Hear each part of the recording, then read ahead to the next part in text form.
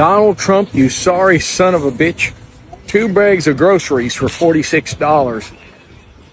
I run into my constituents at this store every few days, and they all complain about your bullshit economy, and rightly so. You have fucked the American people, and we deserve so much more than your piece of shit Trump economics.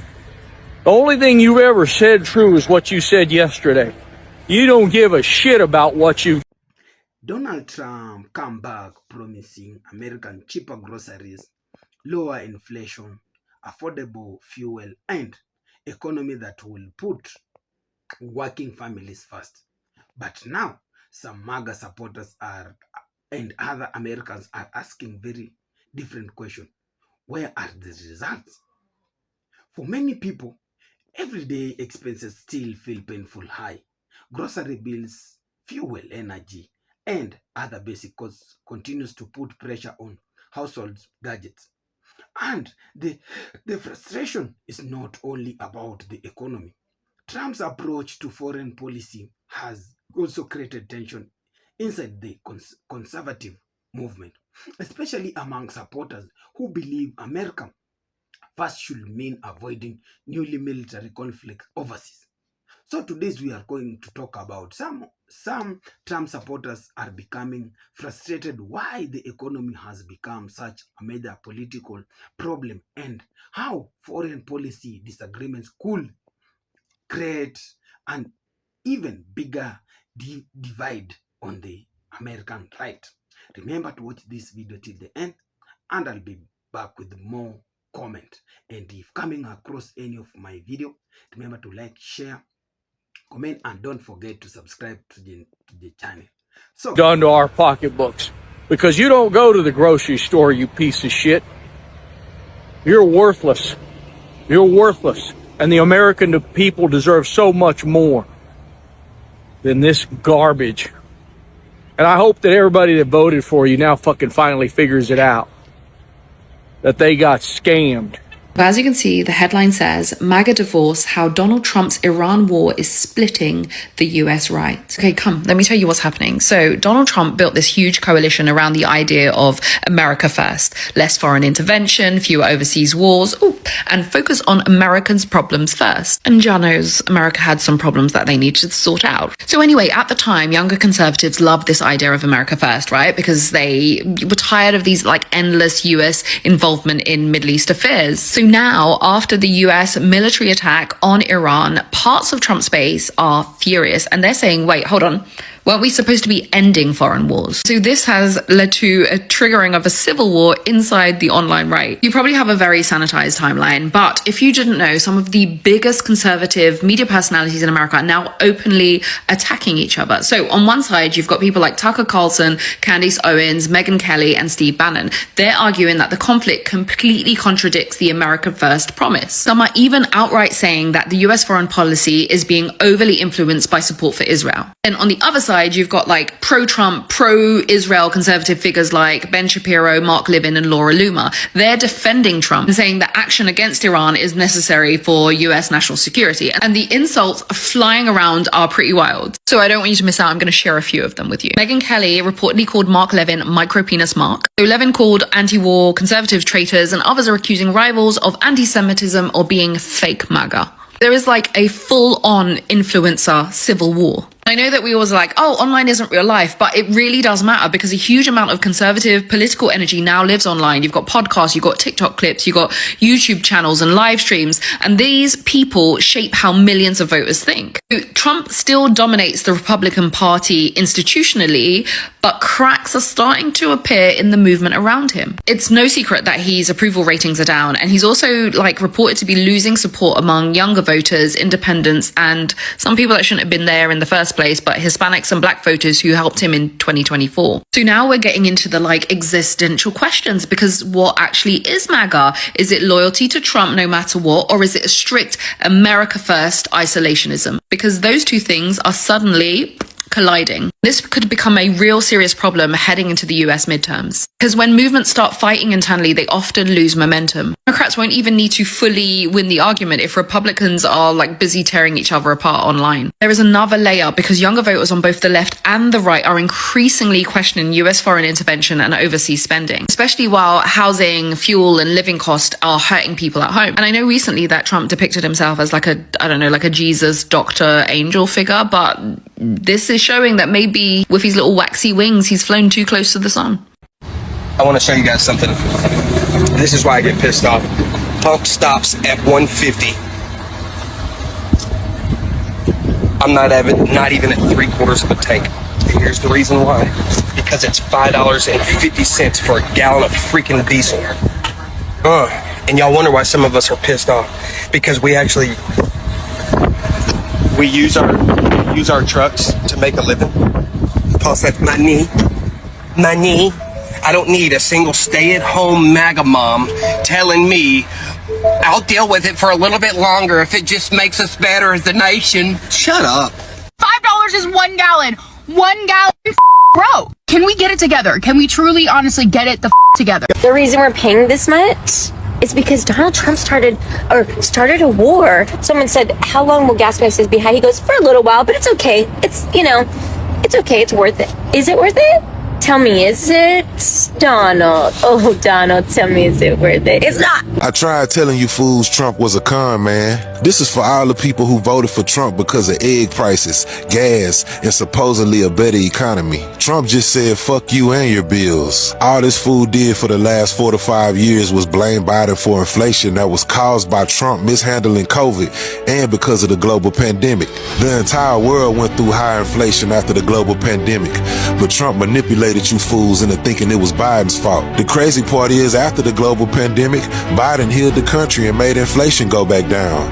And then Trump gets back in office and made inflation go back up again with those dumbass tariffs. And this war with Iran has fucked over America. Trump lied to you fools and said he was gonna make America great and that he was gonna bring down the price of everything. And now he just admitted that that was all a lie and he don't give a damn about your financial situation. I don't think about Americans' financial situation. I don't think about anybody. I think about one thing.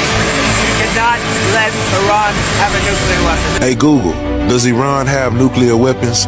Or is Iran planning to build nuclear weapons? As of mid-2026, Iran does not have nuclear weapons, and intelligence assessments show they are not currently building them. Trump is a lying piece of shit.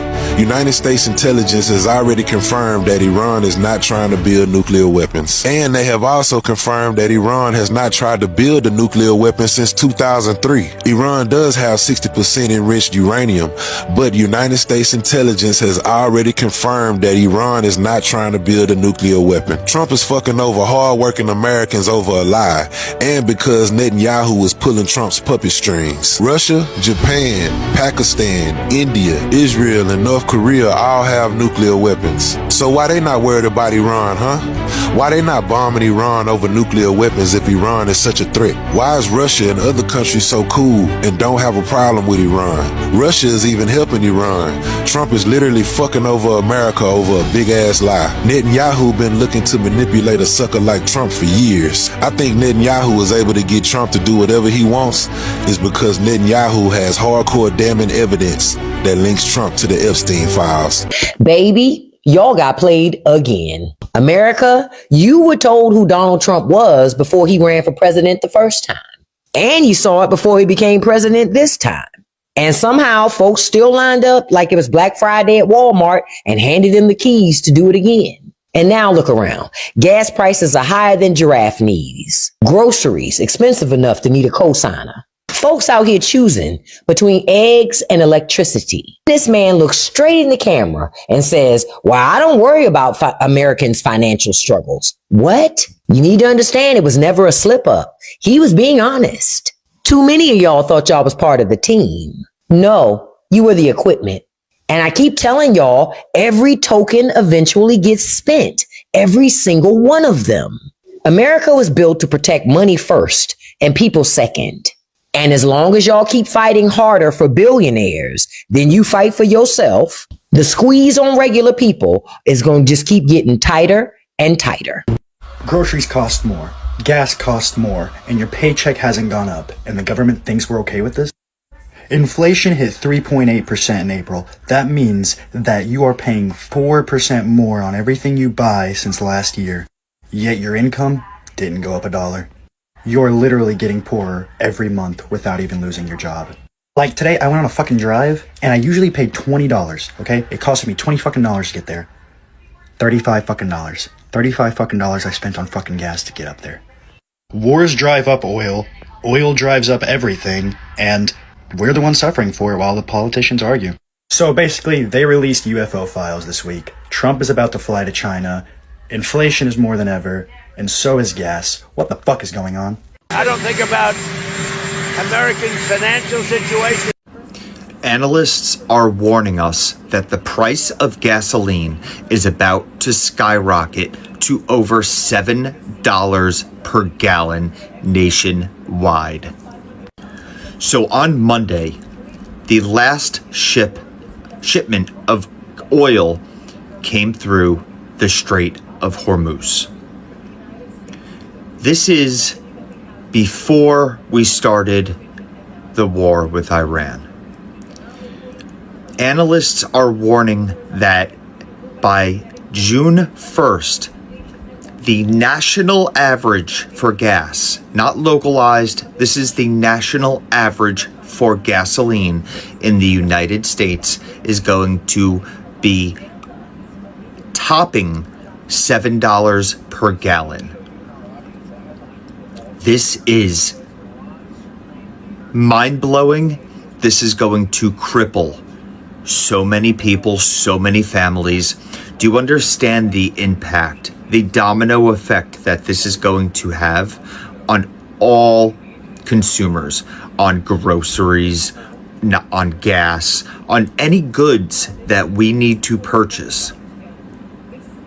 On top of gas prices just skyrocketing, it's going to cause a domino effect across the entire board. And the problem is not too many people are discussing this right now because we're so focused on what's going on right now this week with all the news and all the media. But June is only a couple of weeks away. There's no more gas coming into the US. Reports were just released. And analysts are saying that this $7 per gallon is not something that they're assuming is going to happen. They're saying that this is going to happen. I mean, could you imagine living in California or somewhere on the West Coast where gas prices generally are more expensive? Your gas is going to cost you $10, $11, $12 per gallon. I mean, gas prices have never surged as quickly as they have in the last month, with a national average of over $2.50 per gallon increase already. It's going to double from what it is right now. Please share this out. Get the word out. This isn't to fearmonger once again. This is to get my American citizens. We are the people. We are supposed to know this stuff. Educate yourselves. Prepare yourselves now.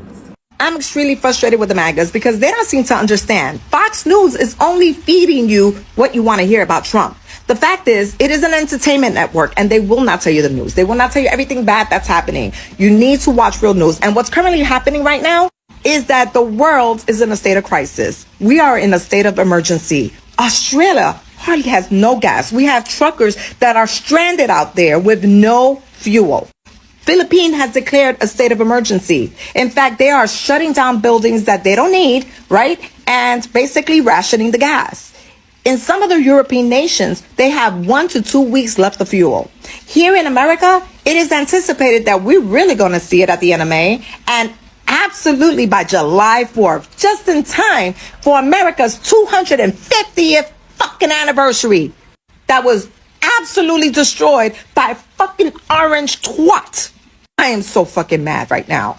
Now, I know that it's very hard for the MAGAs to comprehend what comes down the fucking line if there's no fuel. I know that they're not able to comprehend how not having fuel means that you're not going to have food in the grocery stores and other items, that people are not able to go to work. How are we going to visit our loved ones? People in the hospital, into appointments. Just a simple chore of going to the gym. Because you guys don't have the foresight, I'm not even going to go into it. I'm not going to give you any fucking clues of how to take care of yourself. But the real ones like me, they know. They know exactly what's coming down. And we're going to build our community. Fuck them. Donald Trump promised the American people in 2024 that if he was elected, day one of his inauguration, he would be bringing prices of groceries down to make America affordable. That he would bring gasoline down to $1.99 to make it affordable.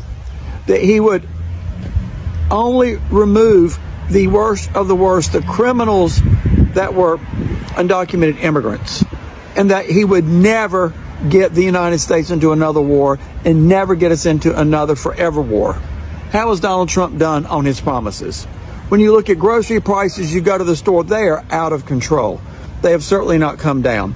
I've done a couple of videos shopping and I will do more. Prices are up, up, up. Inflation is up. Gas prices. Prior to this war, they were $2.79 here in South Florida. Right now, they're $4.39 and up, depending on where you go. More than 50% increase, Donald Trump. That is not bringing the prices down. On undocumented immigrants, they have grabbed anybody and everybody off the street. They have taken people that are going through all the proper legal procedures in their hearings to get their green cards, etc., and they're taking them from their meetings. And lastly, no new wars and no forever wars. Donald Trump, this whole war is nothing more than you, Bibi Netanyahu, and your son-in-law, Jared Kushner's idea. You have brought the country down because of this. You have lied to the American people on these 4 issues, and you have not done at all what you promised. Now, MAGA will support you no matter what you do, but the rest of the country is 60% plus disapproval rating, almost everything that you promised that you would do that you haven't done. You are the most unpopular president. You're more unpopular than Jimmy Carter was, okay, and Richard Nixon, believe it or not. Look at the polls. So what do you all think? If you were to vote today, would you vote for Trump? Now, I know hardcore MAGA would vote for him no matter what he does. But 60-some% of the country is saying no, and that's why he's worried about the elections this fall. That's why they're trying to gerrymander every state, because they know they're going to get crushed in the elections. Let me know what you think. Love to hear from my Democrats, my MAGAs, my crazies, my cuckoos, and my burned out labels. Donald Trump gets the biggest F for failing the American people on his promises. He promised us these things and he lied on all 4 of them. Donald Trump, hamburger, steak, coffee prices through the roof. Have you seen the prices? Clearly you haven't, because you never go to a grocery store. But you promised us on day 1 that you would lower prices. What? Yes, Donald Trump promised us day 1. I know MAGA forgot it, but I haven't forgot it. All those, you did that. Yeah, you did that. Beef prices, all-time high. Steak prices, all-time high. Hamburger prices, all-time high. You did that, Donald Trump. You did that.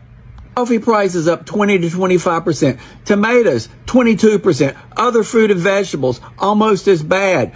Restaurant prices out of the roof. Not to mention gasoline, over 50% increase. You did all of that, Donald Trump. Rent, insurance, utilities, everything is through the roof. And what have you done about it? You're building a ballroom. Now you got a $1.76 billion slush fund for your January Sixers. What have you done to bring prices down? What have you done to help the everyday Americans? What have you done on any of your promises? They're all broken. They're all broken, especially when it comes to helping the average American people. Now, if you're a billionaire, you've been making out like a bandit. All Donald Trump wants to talk about is the stock market's gone up. Well, Donald Trump, most people don't own stock. And if they do, it's through their 401k. But it doesn't impact their daily life. It doesn't help them on their monthly budget pay the bills and decide what they're going to pay when money is tight. And money is tight. So is the job market. So what have you done to help us? MAGA, love to hear you explain this one, because all y'all could do was complain about Biden, Biden, Biden, Biden, Biden. This is Trump, Trump, Trump. The record prices are up there. Trump has been in office over 16 months, and he's done nothing except push prices higher and higher.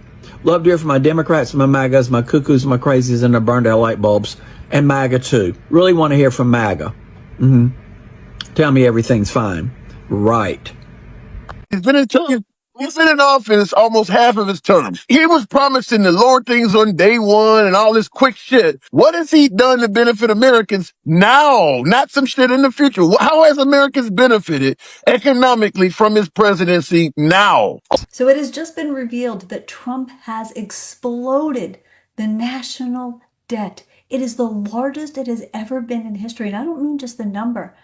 I mean, our national debt is now larger than the entire U.S. economy. That's disturbing. If Democrats don't take back power in November and rein Trump in from looting the federal government, it will be 100 years before we recover from this. Trump has been liquidating the Federal Reserve. He has been giving money to his friends and his children through government contracts, through unlimited expense accounts so they can buy planes and go on vacations. The head of the FBI, Secretary of Transportation, they're just going on personal trips all over. Not to mention the fact that many of the cuts that will affect everyday people are going into effect after the midterms. He has destroyed this economy. I cannot tell you how important it is that we take back power in November. He's just using the Federal Reserve as his own personal piggy bank. I mean, he's bankrupt every business he's ever owned. What did people think he was going to do? All right, Trumpers, come and get me. Hey, listen, I've just done some a little bit of shopping. I don't shop a whole lot, but I have done some shopping here in Atlanta. And let me just go ahead and tell you that prices of shit has went up because of Donald Trump. There's no two ways about it. I mean, listen here. I went into the mall here. I went into some golf stores because I'm a big golfer. For some of you don't know, Donald Trump has absolutely destroyed this country when it comes to the price of goods. The stuff that I used to buy for $200 and $300 is now $500 and $600 because of him, because he's destroyed this economy. Inflation has went up. Diesel prices have went up. It's out of control. But here's what I want you to notice. Look at some of these restaurants. There's nobody here. And this is a big area. There's nobody here. And I think one of the biggest reasons that this situation is happening here is because of what he's done to this administration. And this is going to continue to happen over and over and over if we don't eventually get him out of office and get him completely out of the sight so we can get inflation down. Inflation is what's killing this country, and it's going to continue to kill it. There's a lot of this construction is even stopped around here because of they can't afford it. They can't afford the diesel prices. They can't afford any of this stuff, and it's just continuing to drive this country down. And it's really sad. This is supposed to be one of the greatest countries that's out there. Like, people come here to thrive, and we're actually drowning. Donald Trump promised Americans that he would lower inflation prices day one. What? But instead, Americans say Donald Trump owns inflation. 77% of the American public now say Donald Trump is the reason that we have higher inflation in the United States. What? 77% of the people in the United States are saying that we have high inflation due to Donald Trump. Yes, they're blaming Donald Trump. That's included MAGA, baby. Some of y'all believe in this too. 23% of you don't, but that's part of MAGA's believing that. Also, 5 of the worst polls ever, the lowest polls ever for blaming for inflation. Donald Trump owns all 5. Not even Jimmy Carter or Joe Biden. All 5 are blaming Donald Trump. Reuters Ipsos says only 21% of Americans believe that Donald Trump is doing a good job with the economy and inflation, while the Washington Post shows 76% of the people there disapprove of how Donald Trump is handling inflation. Donald Trump promised us he would bring it down, and he's done anything but bring it down. His tariffs, his Iran war, gas prices are out of control. And guys, we're just seeing the tip of the iceberg. The worst of that is coming. Groceries, rent, gas, food, everything is up and out of control. and it's only going to get worse. And we can thank Donald Trump for this. Look, I wasn't going to mess around like I did last time and let my tank get to zero, get empty. I was on a half a tank. I needed 16 gallons. As you can see, I got 16 gallons or 16.277 gallons. That shit cost me $110.50. And that was on half a gallon. I only had half. I let my tank get half. I did not go to empty. And yes, I use 91. I have to use 91 in my car. But that's still ridiculous. A half a tank of gas still cost me $110. So when I told you guys I filled up, and that shit was ridiculous. I'm in California and these gas taxes, somebody gonna have to do something about this. I understand we are at war, but gas was high anyway.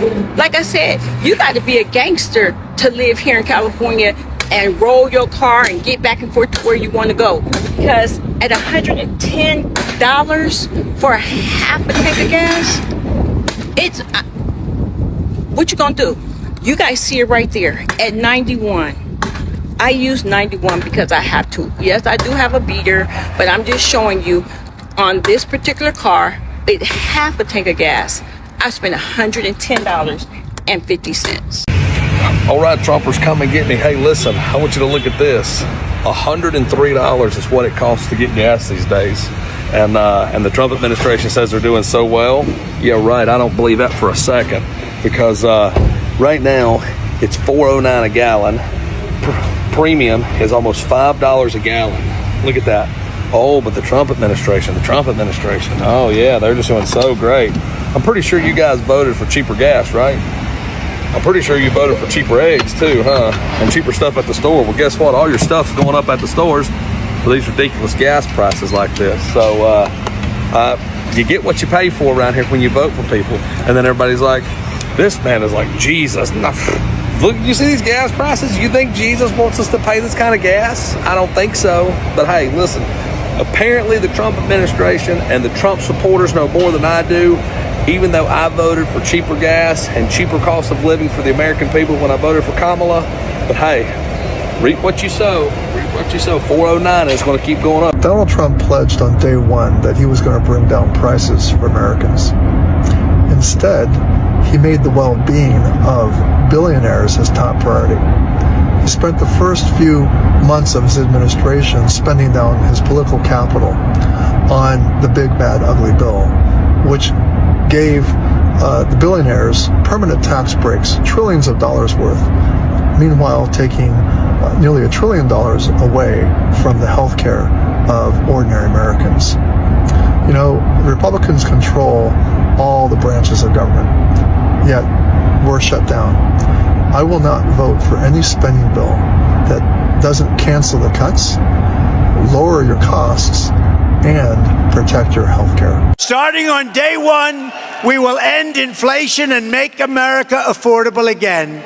To bring down the prices of all goods. We are working on beef, and I think we have a deal on beef that's going to bring the price of beef. That would be the one product that we would say is a little bit higher than we want it, maybe higher than we want it, and that's going to be coming down pretty soon too. We did something, we worked our magic. Even beef, which was very high, is starting to come down significantly. Just hold on a little while, we're getting it down. The immediate solution to the problem of the rising cost of beef, President wants to bring that down, is we have to increase our supply. Beef prices are coming down slightly, and the President wants to see that continue. I do believe, though, that his forecast is not going to be correct. Of course, no one knows really.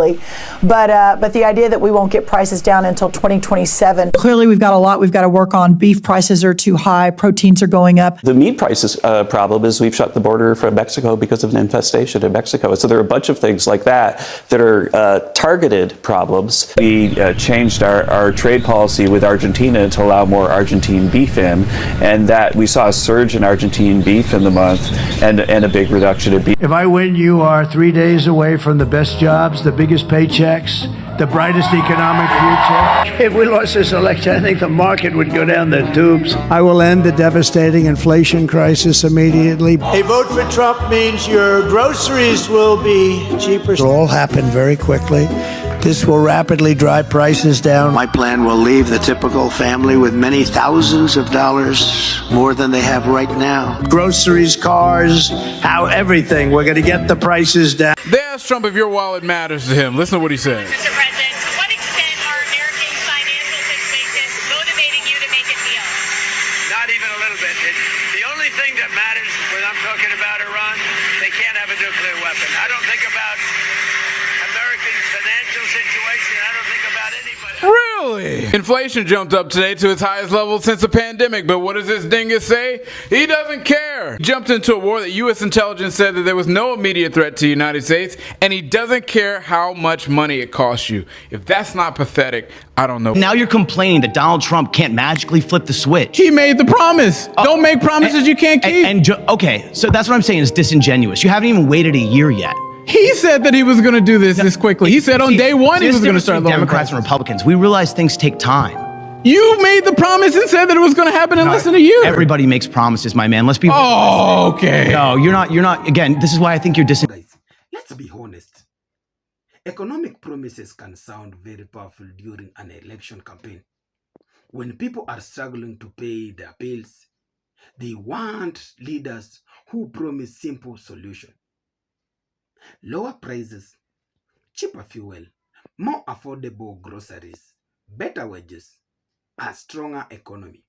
And this is one reason economic issues have remained so important to Trump political movement. Many Trump supporters believe that his return to the White House could bring a major changes to the cost of living. But now, some supporters are asking whether those promises have actually become reality. And that is where the frustrations begins. The ordinary family in the economy is not just a political argument. It is what they see when they walk into a supermarket. It is what they see when they fill up their vehicles. It is what they see when they receive an electric bill. It is what they see when they pay rent, a mortgage, or other monthly expenses. Even when inflation slows, that does not automatically mean prices return to the levels people remember from years ago. Prices can continue rising at a slower rate while families still feel that everything is expensive. That distinction is extremely important. A politician can say inflation is improving, but a family looking at grocery receipt may still say I'm paying too much. And that disconnect between economic statistics and people everyday expense can create serious political frustration. Imagine going to a store expecting that things to be cheaper because you were promised that prices will be down. Then you look at the total on your receipt. The frustration is understandable. For some Americans, the problem is especially serious when it comes on fuel and transportation. Truck drivers, farmers, small businesses, and people who drive long distance can feel energy costs very quickly. When diesel becomes expensive, it does not only affect the person buying diesel. Transportation costs can eventually affect the prices of the goods being transported. That means energy costs can become part of a much bigger cost of living problem. And this is why economic promises matter so much politically. People don't experience the economy through complicated charts. They experience it through their wallets. Now, this is where the Maga movement faces a difficult situation. For years, Trump supporters have urged that he is different from traditional politicians. They believe he speaks directly to working class America and challenges the political establishment. But that creates a very high expectation. If you promise dramatic change, people expect dramatic results. And when you choose results when those results are not immediately visible, even loyal supporters can begin asking questions. Some may say, I voted for a cheaper price. Why are the bills still so high? Others may say, I supported America first. Why are we becoming involved in another overseas conflict? And and that brings us to the second major issue, foreign policy. One of the strongest ideas connected to modern Maga politics has been the American first message. The basic argument is that the United States should be careful about becoming involved in expensive foreign conflicts that do not directly benefit ordinary Americans. This message has attracted people who are tired of seeing American money and military power used overseas. But when the United States becomes involved in military action or faces a major foreign policy crisis, that creates a difficult debate inside the movement. Some conservatives believe strong military action is necessary to protect American interests. Others believe military intervention goes against the American first philosophy. And that disagreement can become extremely emotional. You can have two people who both support Trump but completely disagree about American first action means. One person may say America must show strength. Another may respond America should stay out of foreign wars. Both may believe that they are defending the same political movement. That is the problem. The disagreement is not simply between Democrats and Republicans. There can also be disagreement within the Republican Party itself. And this could become politically important. Why? Because political movement depends heavily on unity. If supporters begin fighting among themselves over the economy, foreign policies, and the direction of the country, maintaining that unity becomes much harder. That economy may be biggest challenge of all. Trump can blame previous administration. His supporters can point to the global economy problem. Critics can urge that his policies have failed to deliver what was promised. All of these arguments will continue, but at the end of the day, voters are going to look at their own lives. Can they afford their grocery? Can they afford fuel? Can they pay their rent? Can they save money? Can they afford families' emergency? Those are the questions that matter to people. Political speeches can influence voters, but household finances can influence them even more. And this is why economic dissatisfaction can become dangerous for any political leader. A voter may strongly support a politician on immigration or foreign policy, but still become unhappy if their financial situation gets worse.